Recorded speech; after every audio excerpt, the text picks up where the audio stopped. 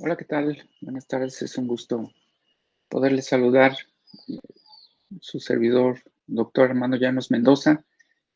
Voy a presentarles algunos aspectos del derecho romano. Espero que les sea de utilidad para sus estudios de la licenciatura. Es muy importante que consideren que la manera actual de transmitir la información es comunicándonos entre nosotros.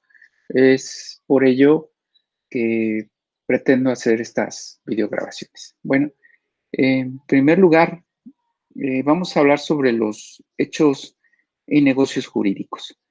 Eh, Recordemos que existe en nuestro sistema jurídico el derecho objetivo, que es el derecho de la nación, por ejemplo, el derecho laboral, el derecho mercantil, y tenemos el derecho subjetivo, que implica tener facultad de.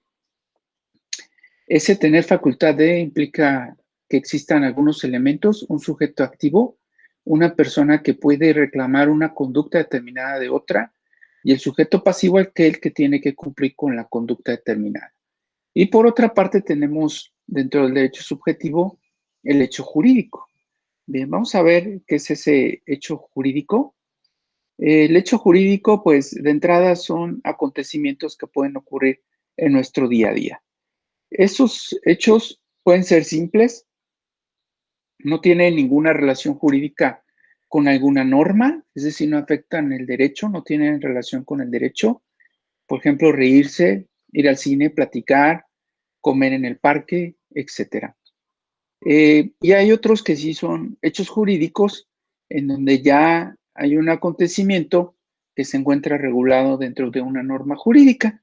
Por ejemplo, que una persona tenga vida, nazca, vender un objeto, como por ejemplo un carro, rentar una casa, firmar un pagaré, etc. Estos son hechos jurídicos y son el objeto de estudio de nosotros los juristas. Los hechos jurídicos se dividen en dos: cuando no interviene mi voluntad y cuando interviene mi voluntad. Cuando no interviene mi voluntad, pues son no voluntarios, igual a hechos jurídicos. Ejemplo, nacer, morir, un accidente de tráfico, son hechos sin intención. Y hay otros donde sí manifiesto mi intención, eh, es decir, despliego mi conducta totalmente dirigida a un resultado determinado y se le denominan actos jurídicos. Por ejemplo, firmar un cheque, un pagaré, el mismo accidente, pero que lo haya cometido yo con toda la voluntad, con toda la intención. Esto ya sería un acto jurídico. Modifico mi esfera o la esfera de alguien más y va a tener una afectación o consecuencia de derecho. El accidente de carro puede caer, desde luego, en un hecho o un acto jurídico, dependiendo si yo tuve la voluntad o no. Para entender mejor, bueno, pues caminar por una playa sería un hecho simple, no interviene alguna norma jurídica, ¿sí? Sin embargo, si yo me percato que es una playa privada y sin embargo continúo ingresando, continúo caminando, bueno, pues se va a convertir en un hecho jurídico al estar regulado por una norma específica. Y en este caso, pues sí sé que es propiedad privada y lo quiero hacer a fuerzas por molestar, por afectar el patrimonio de otra persona. Y entonces ya pasa a ser un acto jurídico que va a tener una consecuencia.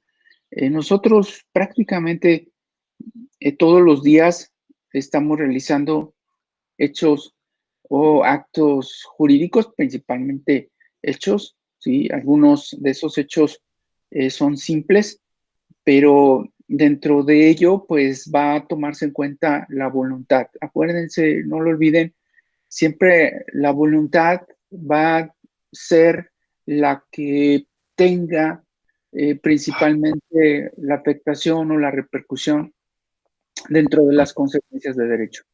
Si en todos los casos, en la mayoría, si no hay voluntad, si nosotros no dirigimos nuestra conducta a obtener el resultado, pues va a tener una afectación menor hacia nosotros o va a tener una consecuencia menor hacia nosotros.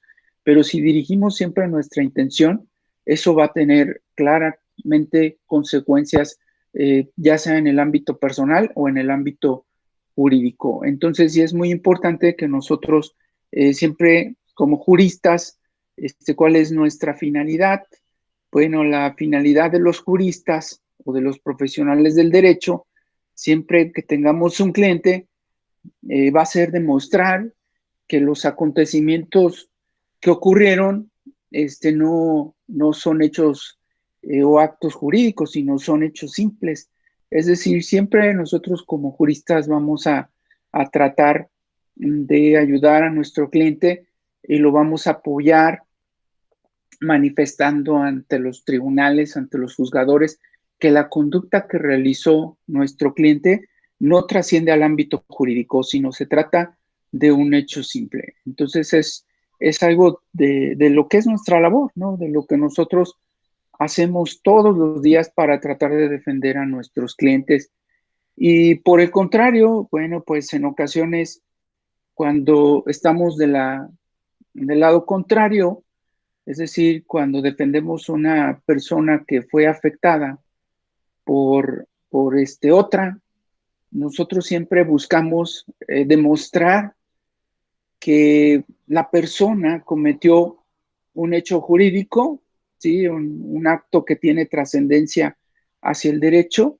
Entonces buscamos la responsabilidad de esa otra persona que afectó nuestros intereses o los intereses de nuestro cliente con la finalidad de obtener una reparación. Normalmente nosotros, las abogadas, los abogados, siempre buscamos una reparación para nuestros clientes. Esa reparación constantemente la buscamos de tipo patrimonial. Nuestros clientes siempre quieren dinero con la finalidad de ver resarcidos o resarcidas sus afectaciones en sus cosas, que ahorita vamos a ver algo sobre las cosas, y nos valemos de las pruebas para demostrar la responsabilidad de un individuo, de una persona. Y por el contrario, como vamos a ver ahorita, cuando nosotros pretendemos eh, evadir de una responsabilidad, buscamos la forma de acreditar que no se cometió la conducta o que bien esa conducta fue un hecho simple que no tiene una trascendencia en el ámbito del derecho. ¿Sí? Entonces, eso es lo que buscamos. Ya que estamos hablando de actos jurídicos, bueno, pues también los podemos conocer como negocios jurídicos. Solo que la pequeña diferencia entre un acto jurídico y un negocio es que el negocio sí va con toda el afán, con todo aquello, con aquella finalidad de obtener algún beneficio en el ámbito del derecho. Entonces, ese negocio jurídico busca que las personas establezcan, modifican, transmitan o extingan derechos y obligaciones. El caso más concreto, como vamos a ver en un ratito, es el contrato. El contrato es una de las formas, de las maneras de crear o extinguir o obligaciones, ¿sí? Ya en el ámbito jurídico lo redactamos con la finalidad de soportar lo que nosotros pretendemos de la otra persona. Entonces, en un negocio jurídico, pues interviene totalmente la voluntad para transmitir algo, para modificar algo. Esto, pues pueden ser cosas, ¿sí? Pueden ser, como lo dice aquí, ¿sí? Pueden ser cosas, pueden ser conductas de personas. Entonces, el negocio jurídico va totalmente dirigido a que se haga algo y se modifique algo o bien obligar a alguien a algo. Entonces, normalmente nosotros en el ámbito común lo hacemos de manera verbal. En el derecho romano se llamaban contratos verbis, como lo vamos a analizar en un momento. Entonces, lo verbal siempre tómenlo en claro, siempre tengan la certeza de que no es lo correcto. Es decir, nosotros celebrar negocios jurídicos verbales no es lo ideal. Muchas personas sí lo hacen así para evitar el pagar nuestros honorarios. Sí, entonces prefieren de manera verbal celebrar un negocio jurídico y en efecto, al momento que haya un conflicto, una una inconformidad de alguna de las partes, no van a tener una forma documental de acreditar ese negocio jurídico. Por ello, siempre es conveniente que ese negocio sea por escrito. ¿Sí? Eso es algo muy importante, y si es ante fedatario público, pues que mejor. Otra, pues hay que tener siempre testigos, ¿sí? Siempre debemos de buscar que haya alguien que corrobore lo ocurrido, que compruebe que se hayan obligado las partes. De preferencia, si puede celebrarse ante una autoridad, es mejor, o ante un notario, ¿sí? Hay dos tipos de personas que nos apoyan en este ámbito, que es el notario público, que realiza todo tipo de negocios jurídicos, o el corredor público, que es como el notario, pero solo especializado en actos de comercio, es decir, en actividades de los comerciantes. Los comerciantes son aquellos que realizan o tienen finalidad de lucro. Entonces, siempre debemos de buscar que haya las formalidades. Si no hay formalidades, si no se hizo ante fedatario, si no hay testigos, entonces de ahí nos valemos para incumplir las obligaciones, y cuando nos llega un cliente, pues tomamos esa parte para salvar a nuestro defendido, defendida, de la probable responsabilidad que va a tener. Entonces, lo contrario a esto ocasiona o puede ocasionar problemas en el ámbito jurídico. Entonces, siempre procurar no afectar a nuestro cliente y asesorarlo bien de que siempre deba tener testigos para que se perfeccione ese negocio jurídico. Otro de los elementos esenciales es la voluntad.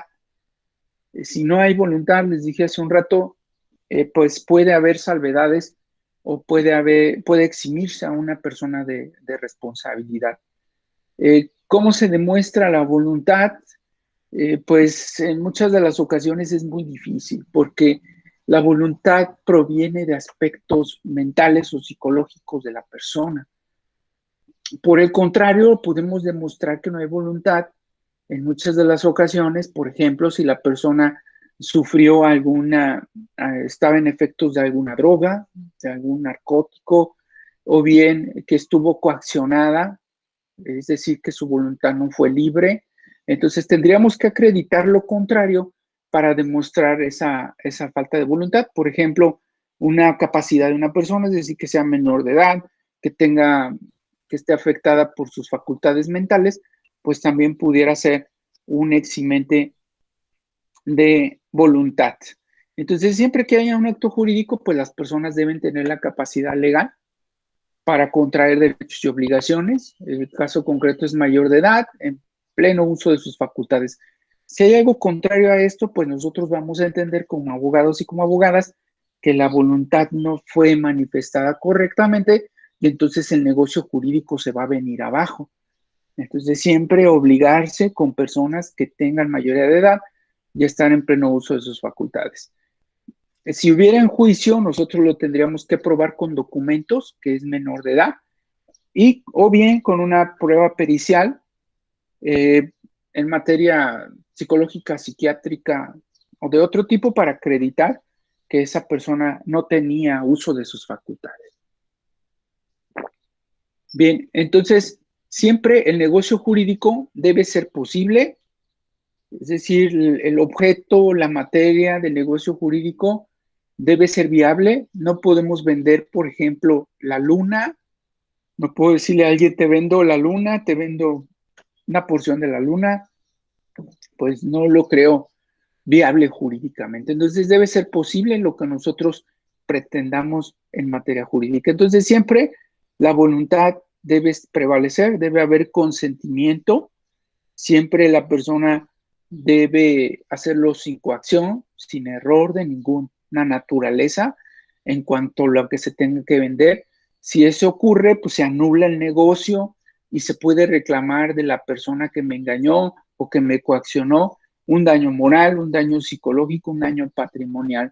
Entonces, siempre la voluntad, reitero, debe ser de preferencia expresa. ¿Qué quiere decir?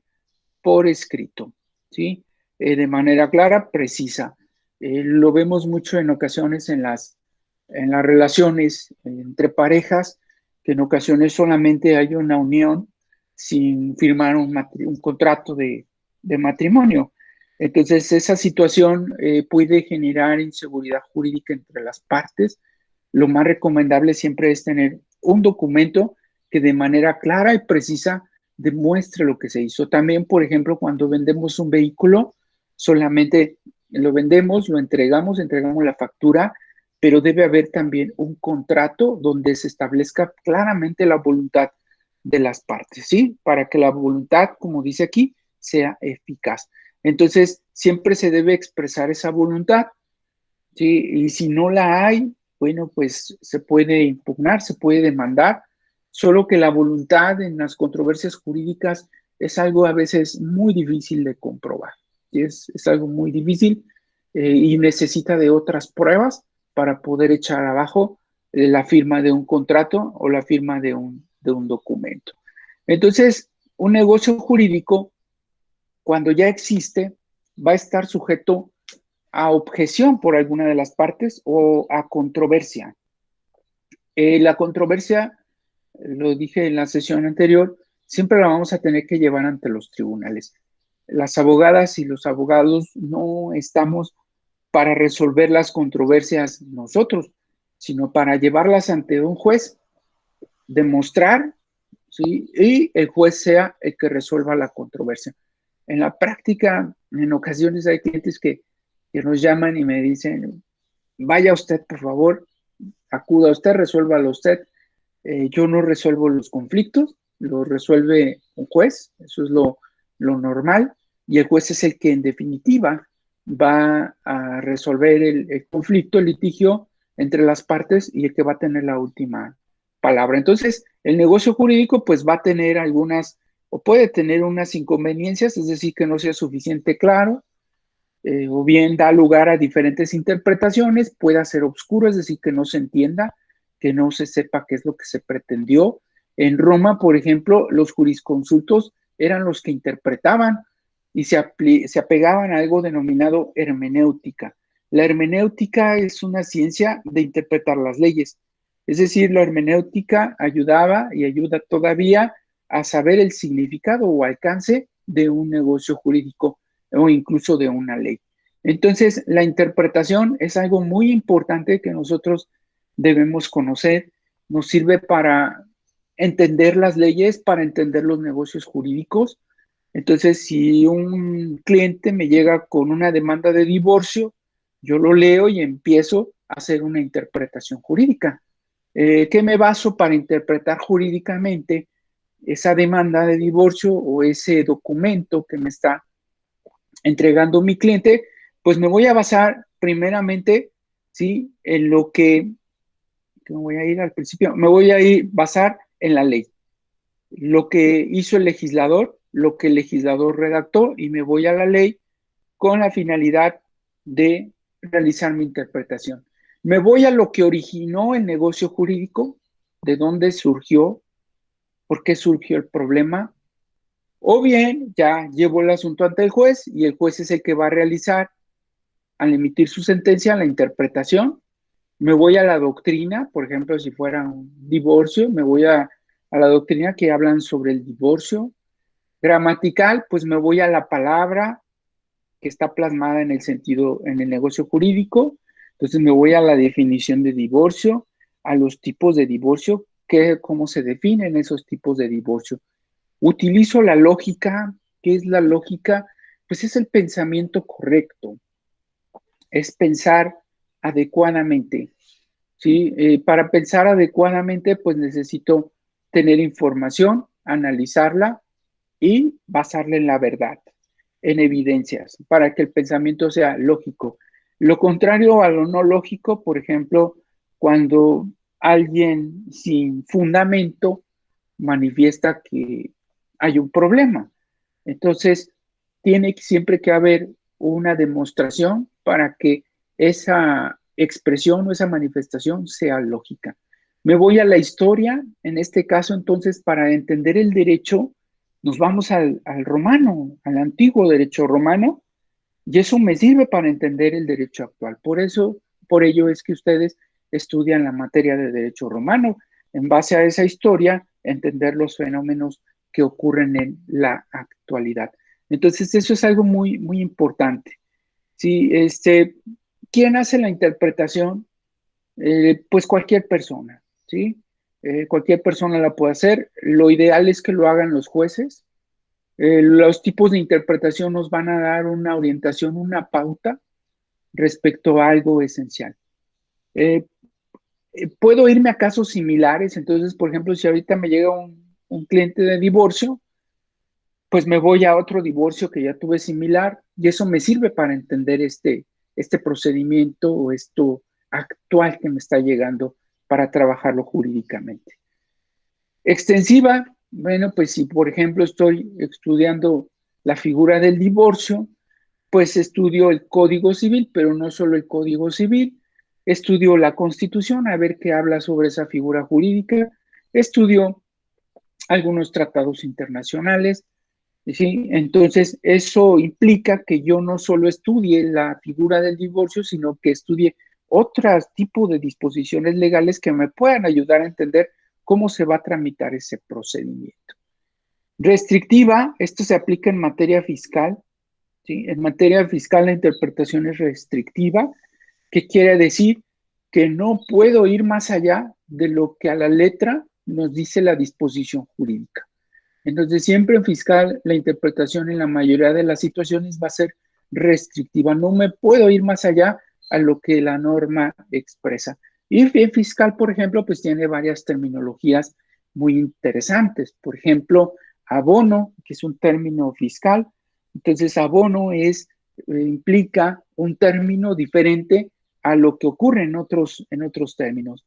Entonces, no me puedo ir más que a la letra, interpretación del término abono en materia tributaria, ¿sí? Y que implica, bueno, pues una carga impositiva por la cual pueden derivar el pago de contribuciones.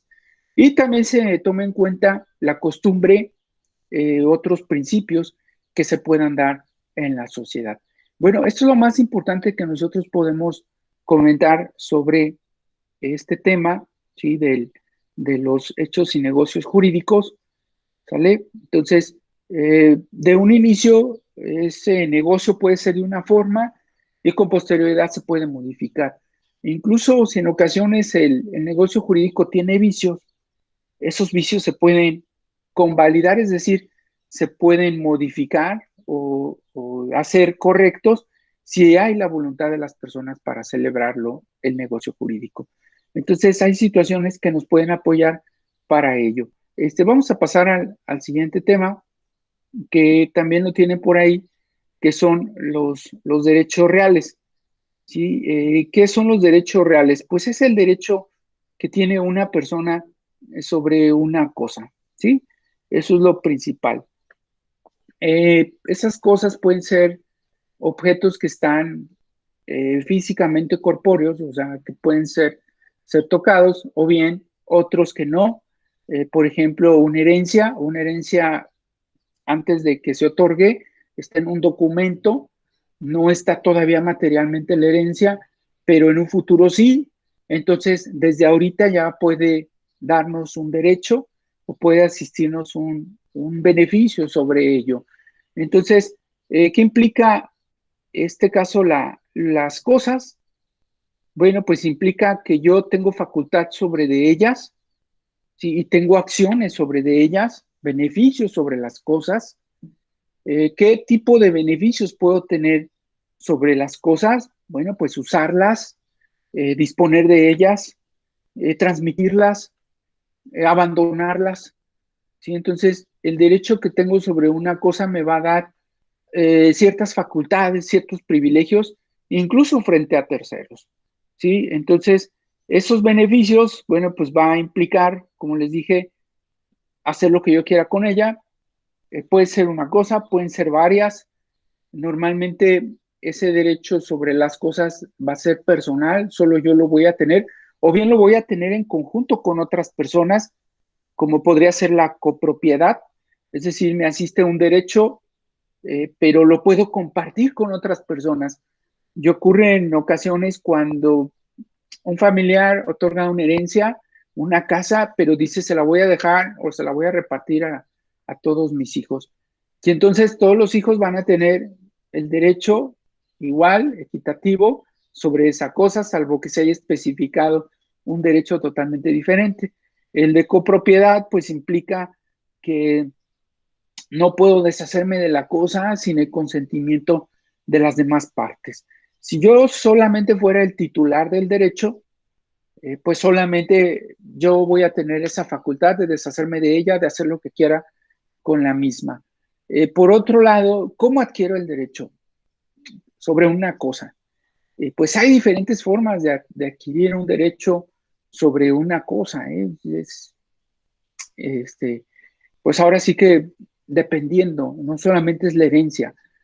También puedo, por ejemplo, llegar a una casa deshabitada, ingresar a ella y poder tener la posesión de la misma. Lógicamente eso no se hace con un justo título, ¿sí? Es decir, no lo hice legalmente y lo estoy haciendo de mala fe para apropiarme de ella, pero lo que son las cosas es que si llega a pasar un determinado tiempo, a pesar de que haya sido una posesión injusta y que haya sido con mala fe, esa propiedad en un futuro va a poder pasar a mis manos. Entonces hay formas de apropiarse justas y hay formas de apropiarse de manera injusta sin el consentimiento de las personas, ¿sí? Y puede ocurrir en el ámbito jurídico. Hay cosas que no nos podemos apropiar. Por ejemplo, los bienes de la nación. Todos los bienes que son propiedad de la nación son inembargables, son imprescriptibles y esos no los podemos adquirir hacia nuestro patrimonio. Entonces yo no puedo llegar a una calle, empezar a construir ahí para quedarme con esa porción de terreno, ya que eso no es factible. Y lo vemos que hay terrenos baldíos del municipio, incluso los municipios en ocasiones ponen letreros, dice propiedad municipal. Entonces imagínense, quito el letrero, empiezo a construir una casa ahí en ese baldío, este, no me lo voy a poder adjudicar, ya que los bienes propiedad de autoridades son inembargables, no me los puedo apropiar, pero de particulares sí, incluso siendo de mala fe. Entonces, puedo apropiarme de ellos y puedo adquirirlos, y aquí lo vemos, ¿sí? Puedo hacerlo para servirme de él, puede ser, como ya lo comenté, incorporal o corporal, es decir, cosas que se pueden ver, cosas que no se pueden ver. Sí, es la forma de que yo lo puedo adquirir. En Roma, ¿qué pasaba para adquirir los bienes? Bueno, pues en Roma había requisitos, primordialmente quienes podían adquirir solamente eran ciudadanos romanos, ¿sí?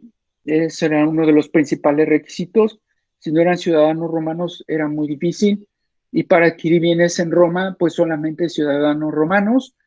Ya actualmente los extranjeros pueden adquirir bienes en otros países, siempre y cuando no sean bienes reservados. Por ejemplo, en México, lo que son las playas, sí, por cuestiones de seguridad internacional, no las van a poder adquirir los extranjeros, pero de ahí en más, otro tipo de bienes sí los van a poder adquirir, un carro, una casa, etcétera. Y en Roma no, en Roma solamente ciudadanos romanos, y debería de estar ese bien, por ejemplo, inmueble, en el territorio de Italia. Sí, y se podían transmitir como actualmente. Actualmente los bienes se transmiten normalmente, bueno, pues por herencia, por contrato, por donación y otras figuras jurídicas. En Roma había algunas formas que eran solemnes y les llamaban mancipatio y injure cessio, que eran algunas formas de transmitir la propiedad. Bueno, ¿y para qué queremos una propiedad? ¿Para qué la vamos a obtener?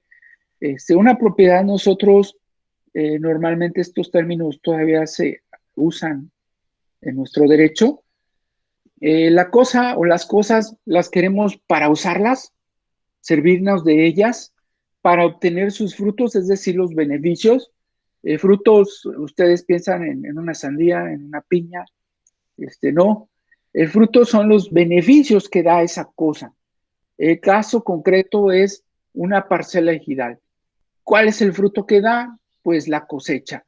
Entonces también puedo gozar de la cosecha de esa parcela. Son los frutos que da la misma. ¿sí? Puedo abusar de ella, no implica pues hacer cosas indebidas, sino consumir la cosa, en definitiva, extinguirla. Ejemplo, un vehículo lo puedo manejar lo que yo quiera hasta acabármelo, hasta terminarlo.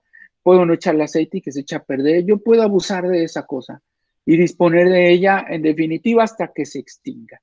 Y ya les comenté hace un rato, bueno, pues puedo tener copropiedad sobre algunos bienes con otras personas. Cuando hay copropiedad, pues tengo que cuidar la cosa, porque si no, la otra persona que está copropietaria conmigo, pues me va a exigir su derecho y me va a poder reclamar una conducta derivado de que no estoy cuidando la cosa.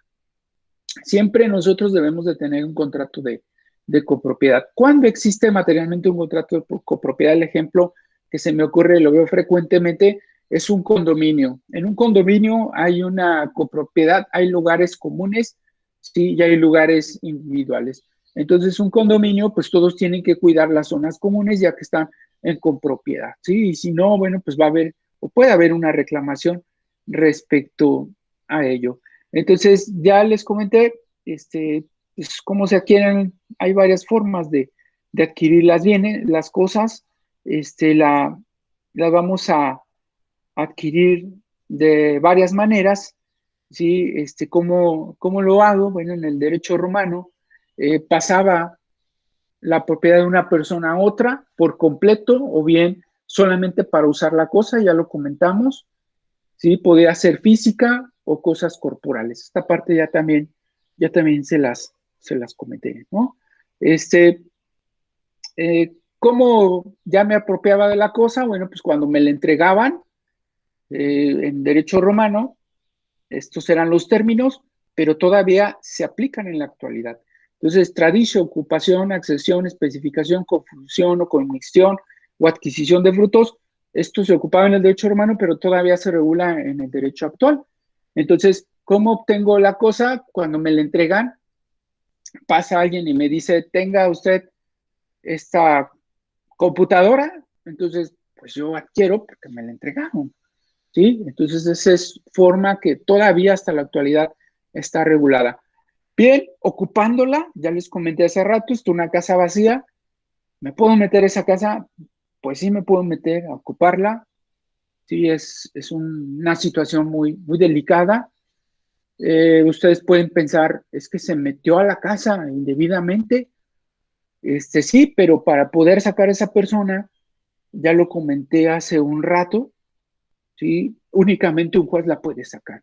Yo no puedo llegar, aunque sea mi casa, yo no puedo llegar y sacar a esa persona. Tiene que ser por un proceso judicial, porque hay un principio jurídico, nadie se puede hacer justicia por su propia mano. Está prohibido que yo, por mí mismo, me haga justicia, para eso están los tribunales. Aquí viene una situación muy interesante, por ejemplo, ahorita en situaciones de pandemia, pues pueden decir, están cerrados los juzgados, por eso es que en los juzgados tienen guardias para situaciones urgentes o trascendentes. Sacar a una persona de una casa no es tan urgente, se tiene que llevar un proceso, a pesar de que haya entrado de manera indebida. Sí me han, en ocasiones consultado clientes que en efecto han tenido una cosa, un bien, por un periodo de tiempo considerable, en ocasiones por voluntad del dueño o en ocasiones no hay voluntad del dueño. Y pues en muchos de los casos, simple y sencillamente hay que esperar a que pase el tiempo para poderse apropiar de esa cosa. Entonces, otra forma de adquirirla, pues aparte de ocuparla, es cuando una cosa se adhiere a otra, ¿sí? Y yo me puedo apropiar de ella. Entonces, imagínense que mi vecino construya una barda en mi terreno, pues ya se agregó una cosa a mi terreno y pues me voy a poder apropiar de ella, porque se está adhiriendo. Él me va a decir en un momento dado, cuando yo le prohíba que pase, me va a decir, entonces págame la barda, pero pues ya de entrada la barda, pues ya va a ser mía. La construcción se adhirió a mi terreno y ya forma parte del mismo. Otra forma es cuando se transforma la materia de una a otra. Puede ser, por ejemplo, cuando yo tenía un terreno que tenía tierra tierra negra, tierra de cultivo. Mi vecino tenía tierra arenosa. Ocurre una lluvia muy tremenda y la arena del vecino se pasa a mi terreno, se mezcla con la tierra negra de cultivo. Entonces ya se mezcló, sí, ya se transformó y ahora es una tierra negra arenosa. Sí, pudiéramos pasar al siguiente porque pues si ya no se puede separar la mezcla, pues ya se transformó en otra sustancia diferente. Pero si esa arena sí se puede sacar y se puede extraer, pues estaríamos hablando, sí, de que es una situación jurídica totalmente diferente. Entonces, si una cosa se transforma en otra, se vuelve distinta y yo me la puedo apropiar, o si se mezcla, también me la puedo apropiar. Y ya comentamos de la adquisición de frutos. Quiero comentarles que en muchas de las ocasiones esa transformación o esa mezcla pudiera implicar que yo le pague a alguna persona que era la titular de la otra materia y que después se mezcló o se transformó. Eso implica que no porque se haya mezclado o no porque se haya transformado, yo ya soy totalmente propietario y no voy a indemnizar a nadie, ¿no? En ocasiones sí vamos a tener que cubrir un pago al haber sucedido ese tipo de situaciones jurídicas. Bien, vamos a pasar a la siguiente presentación. Este tema me gusta en lo particular mucho, que son los títulos de crédito. De los títulos de crédito, normalmente muchos abogados y abogadas viven. De eso, pues se mantienen, obtienen sus ingresos. Los títulos de crédito implican el respaldo de una obligación. Normalmente son documentos que una persona firma y respaldan una obligación a la que se contrajo en un momento determinado. Hay muchos títulos de crédito, ¿sí? Esos títulos de crédito actualmente, los más importantes se los voy a mencionar. Tenemos letras de cambio para hacer un cambio de algún dinero, alguna cantidad, cambiarla en algún lugar, en algún momento determinado. Tenemos el pagaré y tenemos el cheque. En esencial, el pagaré es lo que normalmente nosotros usamos para respaldar una obligación, sobre todo lo utilizan las instituciones de crédito, las cajas populares en su mayoría. Cuando alguien no paga, entonces se hace efectivo ese pagaré. Entonces, este título es el más esencial. Todos los títulos de crédito están regulados en la Ley General de Títulos y Operaciones de Crédito, en su mayoría, y ustedes los pueden consultar. Cada uno tiene su regulación jurídica. Más adelante ustedes van a llevar una materia que se llame así, ¿no? Títulos y operaciones de crédito, pero este es el esencial, ¿no? Entonces, son varios los que están aquí: cheque, obligaciones de sociedades, certificados de varios tipos, acciones, cupones, hay muchos. El más importante que nosotros tenemos es el pagaré. Respalda una obligación. ¿Para qué son los títulos de crédito? Bueno, pues evitan transportar dinero y transportamos ese documento. Ese documento, pues lo debemos de tener en pleno resguardo. Lo debemos respaldar además con un contrato. Ahorita vamos a ver lo de los contratos, que incluso ustedes tienen por ahí un reto que está en el foro respecto a los contratos en el derecho romano, y ahorita les voy a poner algo sobre ellos. Entonces, el contrato y el pagaré o los títulos de crédito respaldan la obligación. Incluso la transmisión de una cosa puede ser respaldada con un contrato o con un pagaré. ¿Sí? Normalmente sirven para demostrar una obligación y poderla hacer efectiva. ¿Qué pasa si yo no quiero pagar la obligación, o si yo no quiero cumplir con ella? Bueno, pues puedo librarme de ella siempre y cuando yo tenga excepciones. ¿Sí? Primero, ¿cómo logro cobrar un título o un contrato? Lo voy a hacer por medio de una acción, que significa iniciar un juicio para reclamar mi derecho. Entonces, alguien no me quiere pagar, alguien no me quiere cubrir lo que se obligó por medio de un contrato y se respaldó por un pagaré. o se respaldó solo por un pagaré y un contrato verbal, bueno, pues entonces voy a iniciar un juicio. En Roma había procedimientos que eran actos rituales, a diferencia de ahora. Ahora le llamamos formalidades procesales. En aquel tiempo eran actos rituales. ¿Qué formalidad procesal tenemos actualmente? Por ejemplo, poner en las demandas la vía, es decir, vía ordinaria, vía sumaria, vía ejecutiva. Es una formalidad. Entonces, igual en Roma habría que implicaba, que hubiera actos rituales para cobrar algún crédito, ¿sí? Exigir el cumplimiento de un contrato. Ese procedimiento, bueno, pues era normalmente ante un juez. Aquí puse yo términos romanos, ¿sí? Que pueden ustedes verificar, pero en palabras comunes, pues a eso se refiere.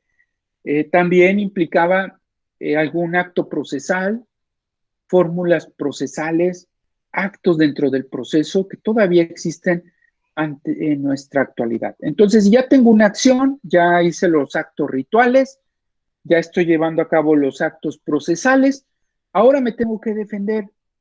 ¿Sí? ¿Cómo me defiendo en un proceso? En un proceso me defiendo oponiendo excepciones. ¿Qué hace una persona cuando me demanda? Una persona cuando me demanda, ¿sí? Realiza una acción, ¿sí? Ejercita una acción. Esa acción, reitero, es ante los tribunales. Y yo que soy el demandado o la demandada, ¿qué hago? Opongo excepciones, es decir, objeto lo que me está exigiendo. ¿Y qué excepciones puedo poner? Bueno, primero el término sería, ustedes lo conocen como defenderse, son defensas. El término correcto son excepciones. ¿Y qué voy a decirle a un juez? Señor juez, hubo irregularidades en el proceso, no voy a pagar el pagaré.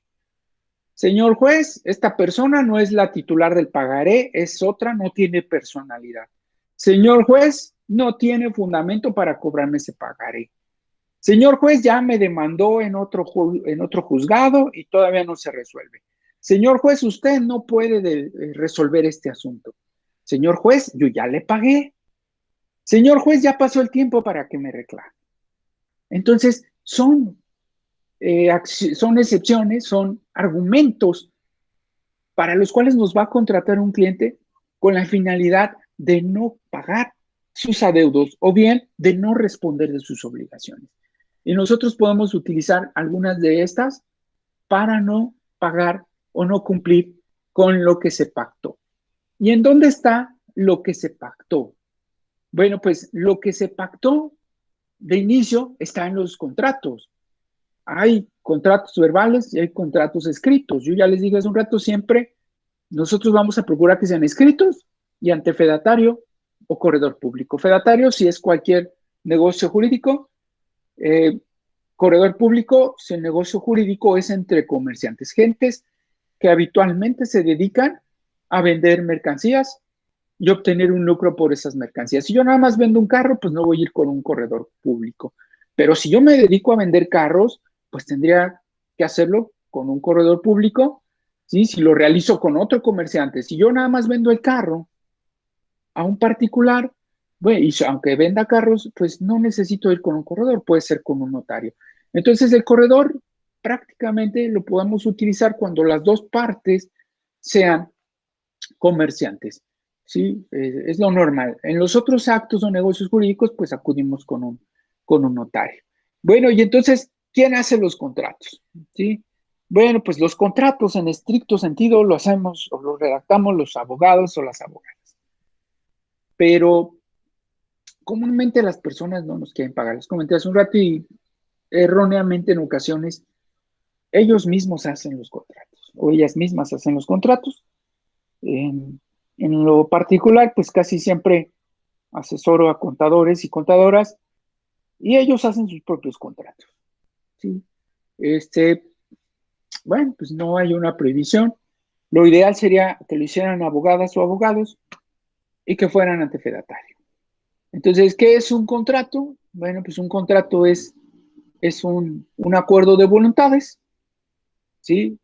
Entre dos o más partes para crear obligaciones. Pues los contratos son fuentes del derecho, ¿sí? Los contratos sirven para crear, perdón, porque se movió esto. Los contratos sirven para crear derechos y obligaciones.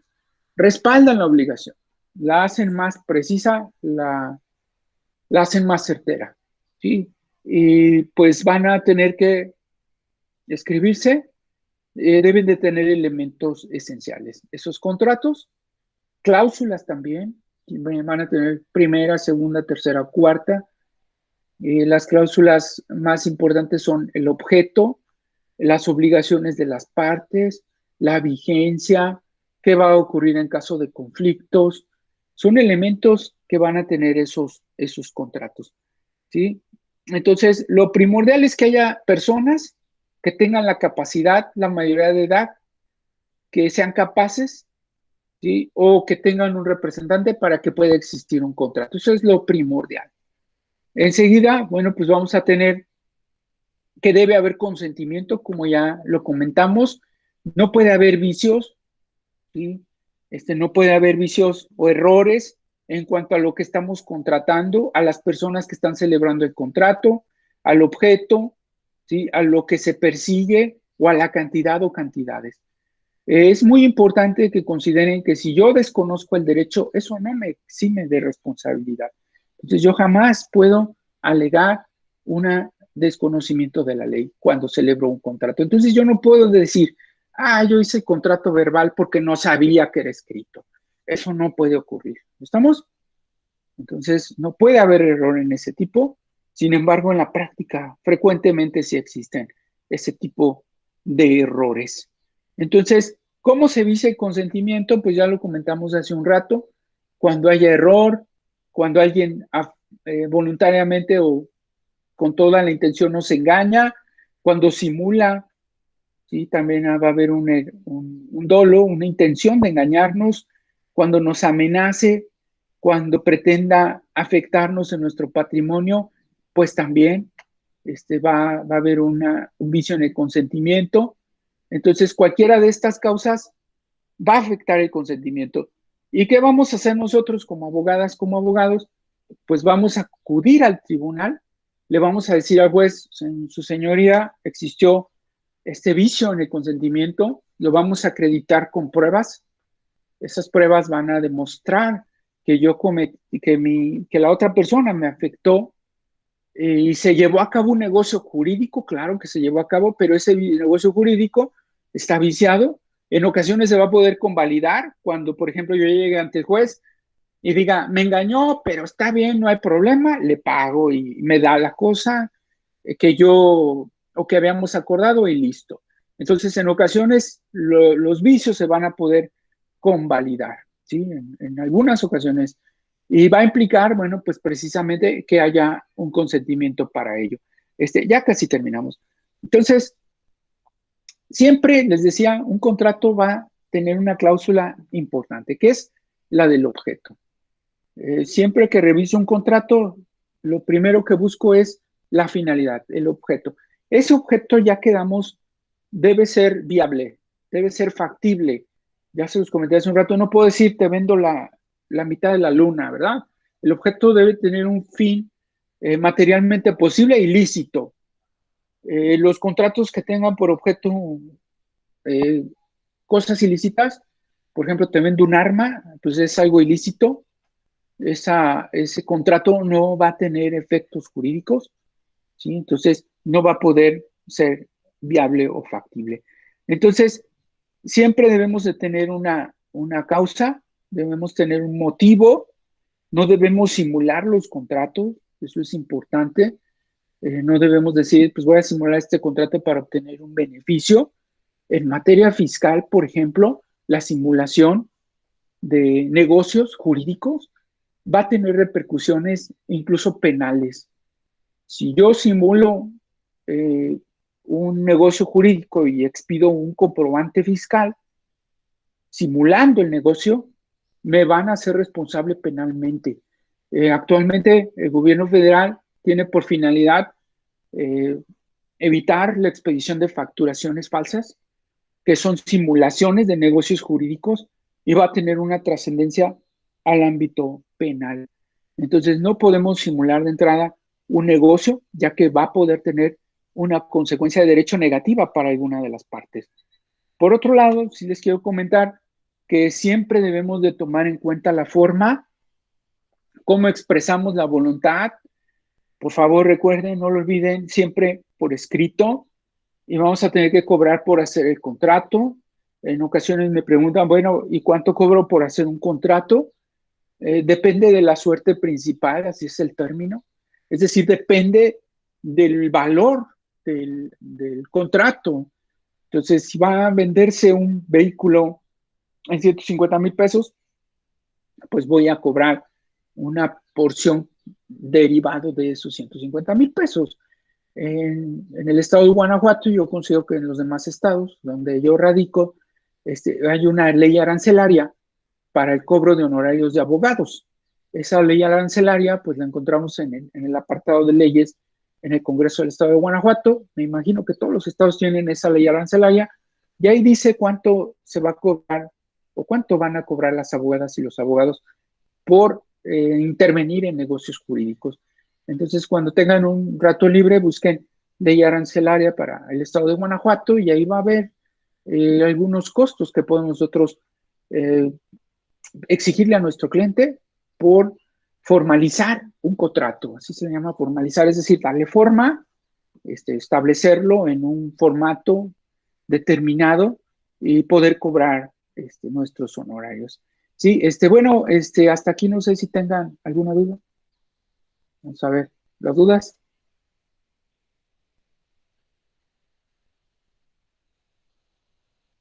Bueno, ya preguntó su compañero Sergio si el notario puede llevar a cabo las funciones de corredor. No son funciones independientes. De hecho, el permiso se los da otras instancias. En el caso del notario se lo da el gobierno del estado. En el caso del corredor público se los otorgan a nivel federal. Entonces, el notario casi prácticamente hace todo lo que podría hacer el corredor. De hecho, hay muy pocos corredores públicos por lo mismo, porque casi todo lo abarca el notario. ¿Sí, alguna otra duda? Ustedes pueden participar para ser corredores. En ocasiones hay convocatorias, se toman cursos en la Ciudad de México para ser corredores públicos. Para notarios se tiene que estudiar la especialidad de notariado al terminar la licenciatura en Derecho, ambas.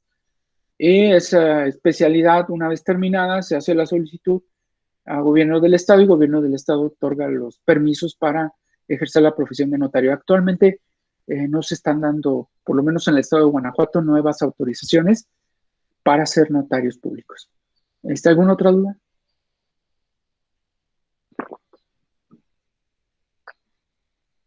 Bueno, pues entonces de mi parte es todo. Voy a procurar en la semana ya subirles todo el material que tengo, que he elaborado, para que ustedes lo puedan consultar más a detalle. Espero que esto también les sirva para un poco para su participación en el foro que tienen sobre contratos. Sí, también en Roma había pactos. Aquí los pactos en nuestro sistema jurídico normalmente se les llama contratos. ¿Sí? También tenemos convenios en el sistema jurídico actual y en Roma había contratos y había pactos. Sí, bueno, pues muchas gracias por su atención, que tengan una excelente tarde y como siempre, pues queda sus órdenes por el mensajero, por correo, por WhatsApp. Estoy para servirles. Que tengan una excelente tarde.